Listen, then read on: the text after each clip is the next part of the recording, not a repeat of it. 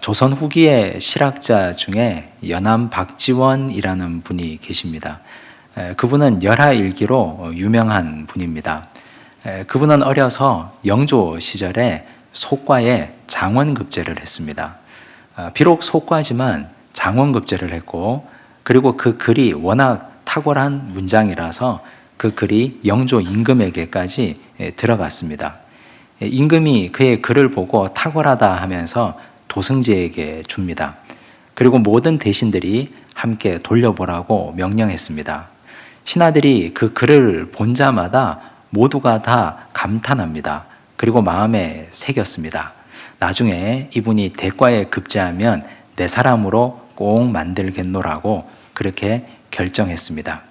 그런데 웬일인지 연암은 대과에 관심이 없었습니다. 대과에 합격해서 그가 장차 벼슬 길에 나가서 큰 뜻을 세우고 품겠다는 마음 자체가 아예 없는 사람이었습니다. 집안의 상화에 못 이겨서 그가 시험을 보기는 했으나 백지를 내기도 일쑤였고, 소나무 그림을 그려내어서 아예 낙방하기도 여러 번이었습니다. 그렇게 세월을 보내다가 44이 됩니다. 44살이 되었을 때에 그의 친척 형님 중에 한 분이 청나라의 사절단을 데리고 가는 책임자가 되었습니다. 그래서 그 형님이 연암을 함께 그 자리에 데리고 갔습니다. 가서 큰 나라와 또 넓은 문물을 보라는 배려였습니다. 그는 형님을 따라서 44살에 청나라를 다녀오고 큰 충격에 빠집니다. 오랑캐 나라라고 무시하고 멸시했는데 이 나라가 이렇게 위대한 나라로 발전했다니 그는 깜짝 놀랐습니다. 그의 시선 또한 여느 사람하고는 달랐습니다.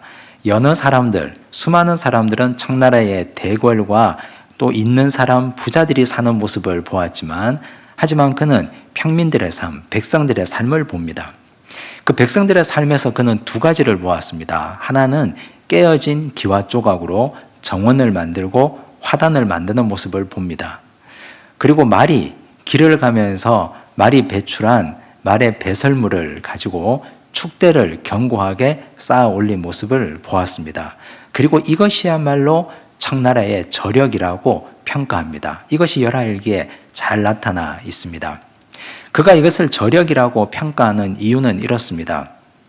나라와 관과 임금이 거대한 토목 공사를 벌여서 백성들을 그 공사에 동원하면 백성들이 어찌 정원을 가꿀 시간이 있겠는가? 백성들이 어찌 화단을 가꿀 시간이 있겠는가? 그런데 그들은 깨어진 기와 조각으로 정원과 화단을 가꾸며 가족끼리 행복한 시간을 함께 나누고 있으니 태평성대라 하지 않을 수 없다. 그리고 그들은 자원을 재활용해서 축대를 쌓아 올리니 이 나라의 국고가 든든해질 것이다. 그는 이런 식으로 열하일기에 자신의 탁월한 관점을 기술했습니다. 돌아와서 열하일기를 출판합니다. 사람들은 열광했습니다. 사람들마다 입에서 입으로 소문이 나고 다 열하일기를 구해서 읽으려고 야단이었습니다. 그런데 그 당시에는 조정에서 사대부 자제들이 쓸 수 있는 문체, 글의 문체까지 다 정해두었습니다. 그 당시 정조 시절에 정해둔 문체는 다산 정약용이 표준이었습니다. 정약용처럼 쓰고 정약용처럼 기록하라는 것입니다.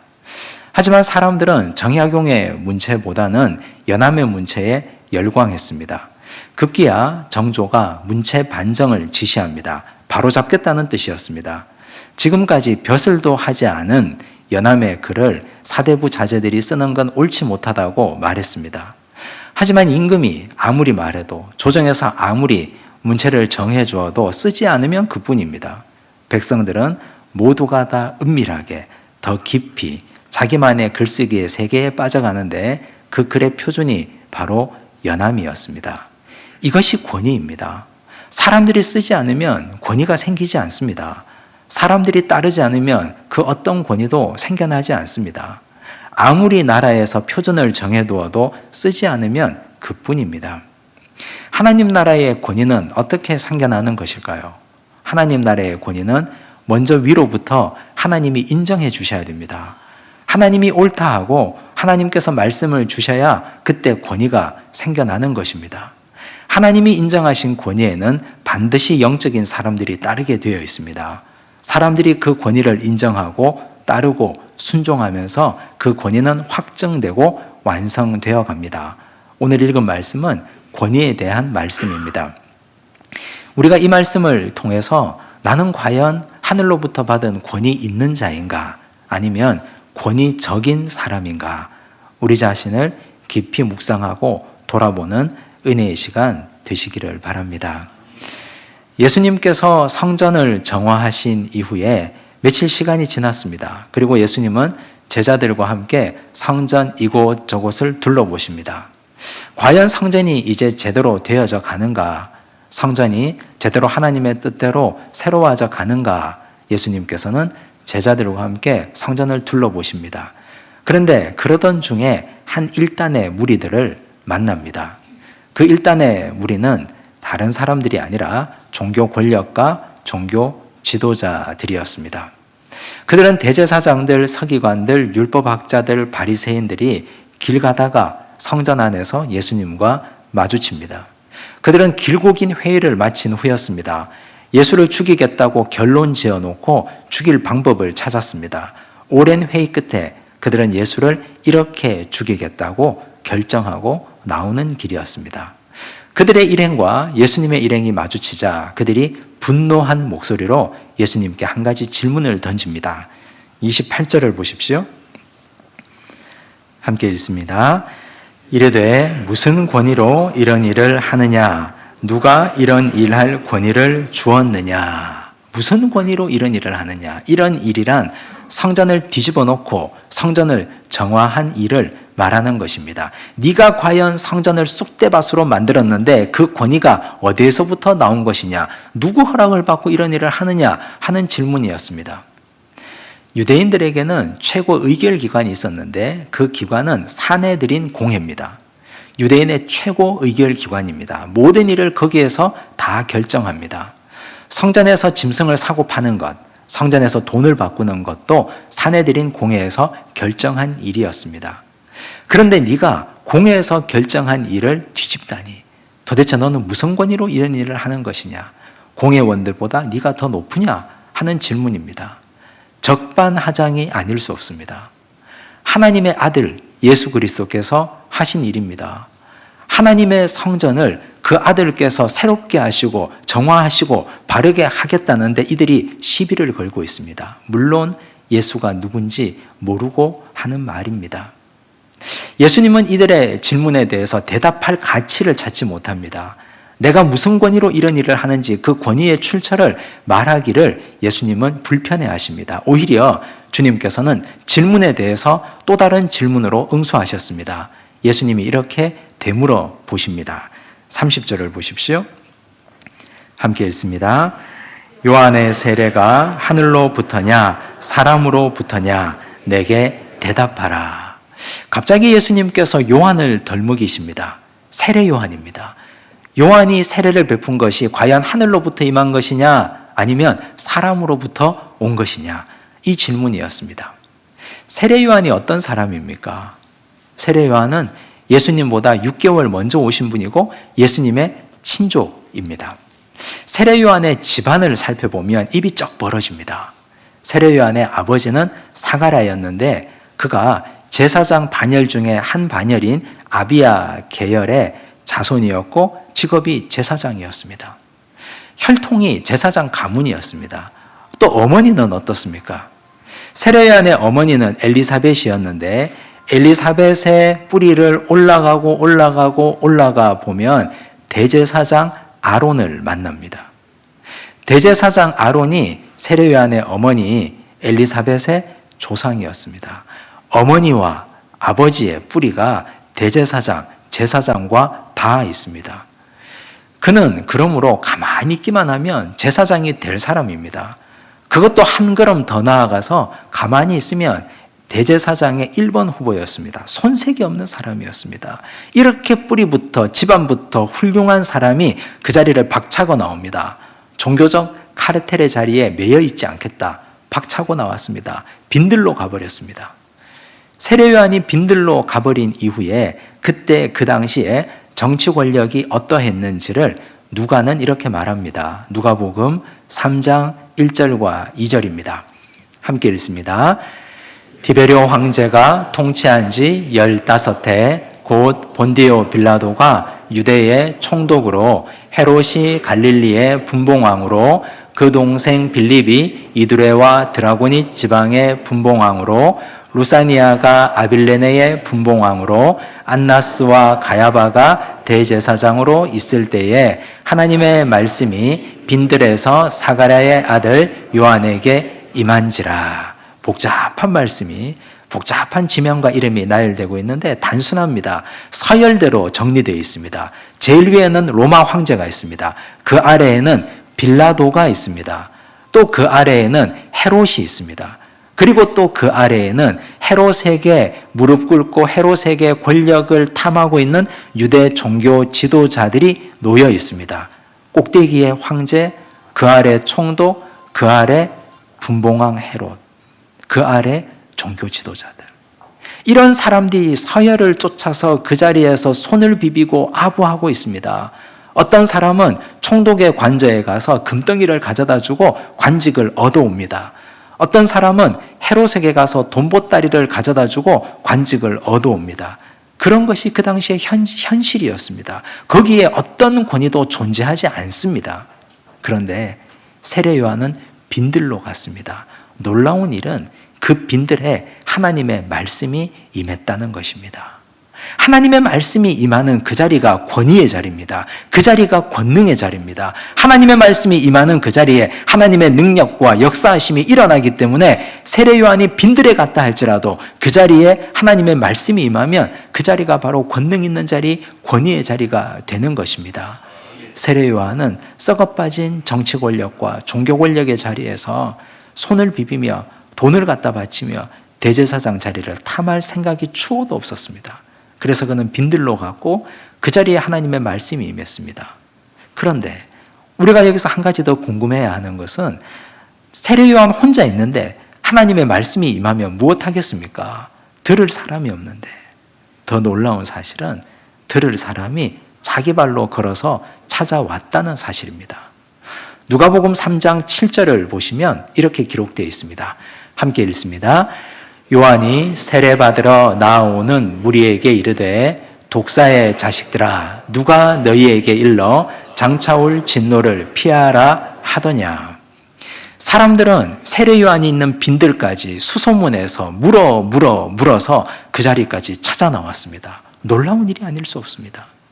물론 영적으로 어두운 사람들은 종교 권력가들에게 가서 손을 비비고 아부하고 그들이 가진 권력 앞에 무릎을 꿇습니다. 하지만 깨어있는 사람들, 하나님의 말씀으로 갈급한 사람들, 어떻게 하면 영이 줄이지 않고 먹고 살지를 고민하는 사람들, 그런 사람들은 세례 요한에게 희망을 찾았습니다. 왜냐하면 그분에게 하나님의 말씀이 임했기 때문입니다. 차가 있습니까? 교통수단이 있습니까? 걸어서 광야까지 세례 요한에게 가서 세례를 받으려고 나갔습니다. 놀라운 사실은 세례 요한은 그렇게 찾아온 자들에게 독설에 가까운 회개의 선포를 하고 있다는 사실입니다. 독사의 자식들아라고 외칩니다. 어떻게 누구가 너희에게 이 임박한 진노를 피하라고 하더냐, 강력한 회개를 선포하고 있습니다. 어떻게 이럴 수 있었을까요? 미국에서 시작된 번영 신학이 이 땅에 내려와서 교회 성장으로 뿌리 내립니다. 교회 안에 잘못된 독소를 많이 뿌렸습니다. 번영 신학에서는 성도들을 대하는 방식을 이렇게 말합니다. 절대로 교회는 성도의 마음을 상하게 해서는 안 된다. 성도가 어떤 요구를 하든지 교회는 100% 성도들의 요구를 충족시켜 주어야 한다. 일견 옳은 말이면서 틀린 말이기도 합니다. 교회가 만약 성도들의 비율을 맞추려고 그렇게 돌아가기 시작한다면 교회 안에서 복음의 선포가 어떻게 가능하겠습니까? 교회 안에서 어떻게 회개의 선포가 가능하겠습니까? 여러분들 그렇게 살다가 지옥 불구덩이에 들어갈 수도 있습니다. 이런 복음의 선포가 어떻게 교회에서 가능하겠습니까? 비위 상할까 봐. 그런데 번영신학은 그렇게 이 땅에 가라지를 뿌려두었습니다. 세례 요한은 그런 것 아랑곳하지 않습니다. 왜냐하면 그는 박차고 나온 사람이었고 아무것도 없는 빈들에서 하나님께서 주시는 하늘로부터 오는 말씀을 받은 사람이었고 그 담대한 복음의 말씀을 강력하게 전하는 사람이었습니다. 회개하라 독사의 자식들아, 누가 너희들의 임박한 진노를 피하라 하더냐. 이 말씀을 능력 있게 전했습니다. 그런데 하나님의 영이 그 말씀을 듣는 사람들의 마음을 변화시켰습니다. 역사가 일어납니다. 누가복음 3장 10절입니다. 함께 읽습니다. 무리가 물어 이르되 그러면 우리가 무엇을 하리이까? 그들이 묻습니다. 우리가 지금 무엇을 해야 회개하고 하나님의 자녀 될 수 있겠습니까? 우리가 이중적으로 살고 죄 많이 짓고 살았고 우리가 이렇게 살아서는 안 되는 것을 다 알고 있는데 이렇게 왔는데 어떻게 해야 하나님의 자녀된 백성으로 살 수 있겠습니까? 오히려 엎드려 간구하고 있습니다. 우선 하늘로부터 주시는 권위 있는 말씀이 그에게 임했고 그는 그 말씀을 가지고 담대하게 전했고 그 말씀은 듣는 사람들의 심령과 폐부를 찔러서 쪼개었고 그래서 구원의 역사와 회개의 역사가 날로 불일듯 일어난 것이 빈들에서 교회에서 일어났던 놀라운 역사였습니다. 예수님 시절의 유대인들은 이런 세례 요한에게 일어났던 놀라운 역사를 모두가 다 기억하고 있었습니다. 세례 요한은 그 이후로도 진리와 정의를 전했습니다. 헤롯이 자신의 동생의 아내를 빼앗아서 자신의 아내로 삼았습니다. 지도자가 이렇게 하시면 안 됩니다. 강력하게 외쳤습니다. 잡혀갔습니다. 참수당했습니다. 형장의 이슬로 순교의 제물이 되었습니다. 수많은 사람들은 이런 세례 요한의 권위 있는 모습을 마음속 깊이 간직하고 있었습니다. 예수님께서 세례 요한을 빌미로 그들에게 질문하십니다. 요한의 세례가 하늘로부터 온 것이냐, 사람으로부터 온 것이냐? 이 질문을 듣는 유대인들의 마음을 순간 혼란으로 몰아넣습니다. 딜레마에 빠졌습니다. 어떻게 대답해야 됩니까? 요한의 세례가 하늘로부터 온 것이라고 말한다면 요한을 인정하는 것밖에 되지 않습니다. 그런데 요한은 자기들의 제사장 종교적 카르텔을 깨고 뛰쳐나간 이단아였습니다. 그런데 이런 요한을 인정하기 싫었습니다. 어떻게 인정하겠습니까? 자존심이 상해서. 그들은 요한을 인정하지 않습니다. 그런데 인정하지 않으려고 하니 백성들이 두렵습니다. 수많은 백성들이 요한을 진정한 참된 선지자로 추종하고 있습니다. 지금도 그들의 심장 속에는 요한이 빈들에서 외쳤던 독사의 자식들아 회개하라 이 말이 마음속 깊이 뿌리 박혀 있습니다. 그런 열정을 가졌던 요한을 기억하고 있는 성도들에게 어떻게 요한이 하늘로부터 온 것이 아닌 걸 말할 수 있겠습니까? 용기가 없었습니다. 그래서 그들은 비겁한 선택을 합니다. 33절을 보십시오. 함께 읽습니다. 이에 예수께 대답하여 이르되 우리가 알지 못하노라 하니 예수께서 이르시되 나도 무슨 권위로 이런 일을 하는지 너희에게 이르지 아니하리라 하시니라. 우리가 알지 못하노라. 비겁하게 빠져나갔습니다. 여러분들은 이분들의 모습에서 어떤 권위를 찾을 수 있으십니까? 우리는 이분들의 모습에서 어떤 권위도 찾을 수가 없습니다. 그저 비겁하고 비열하고 꽁무니만 빼는 무지하고 어리석고 때로는 불쌍한 사람의 모습만 보일 뿐입니다. 권위가 무엇입니까? 세상에 가진 물질을 다 가지고 있고 세상에 가진 권세를 다 가지고 있으면 권위가 생기는 것입니까? 이분들은 부러울 것이 없는 사람들이었습니다. 종교 권력을 가진 사람들이었고 물질을 가진 사람들이었고 그들의 말 한마디면 사람을 죽일 수도 있고 살릴 수도 있는 사람들이었습니다. 그런데 이 사람들은 권위 있는 사람들이 아니었습니다. 오히려 그들이 가진 물질과 권력을 유지하기 위해서 비겁하고 비굴하게 사는 사람들이었습니다. 오늘 이 시대도 보십시오.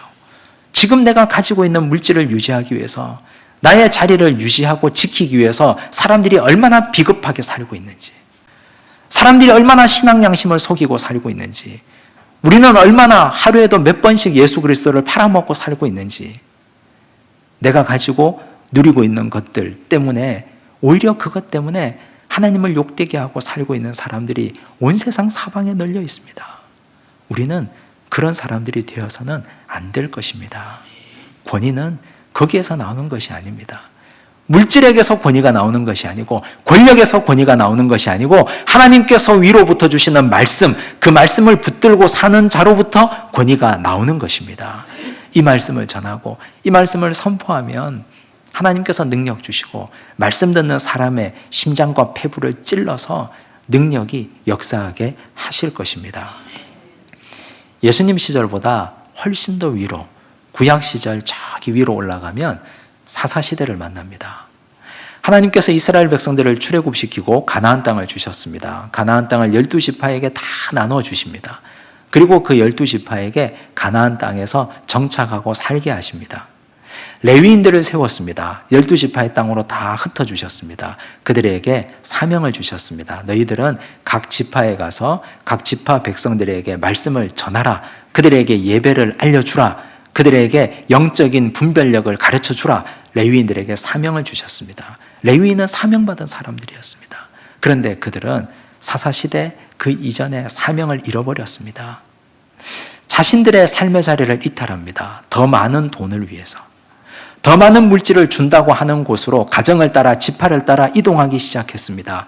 레위인 제사장들이 물질의 탐욕에 물들어가고 타락한 것입니다. 레위인들 중에는 첩을 둔 사람도 많았습니다. 레위인들이 첩이라뇨. 성적으로 타락한 것입니다.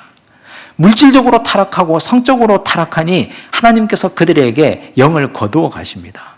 물질과 성을 쫓아서 살아가는 사람들, 육체적 욕망을 쫓아서 살아가는 사람들, 말씀을 섬기지 않는 사람들에게서 하나님은 영광을 거두시고 말씀을 빼앗아 오셨습니다. 오히려 평신도들에게 하나님은 말씀을 주셨습니다.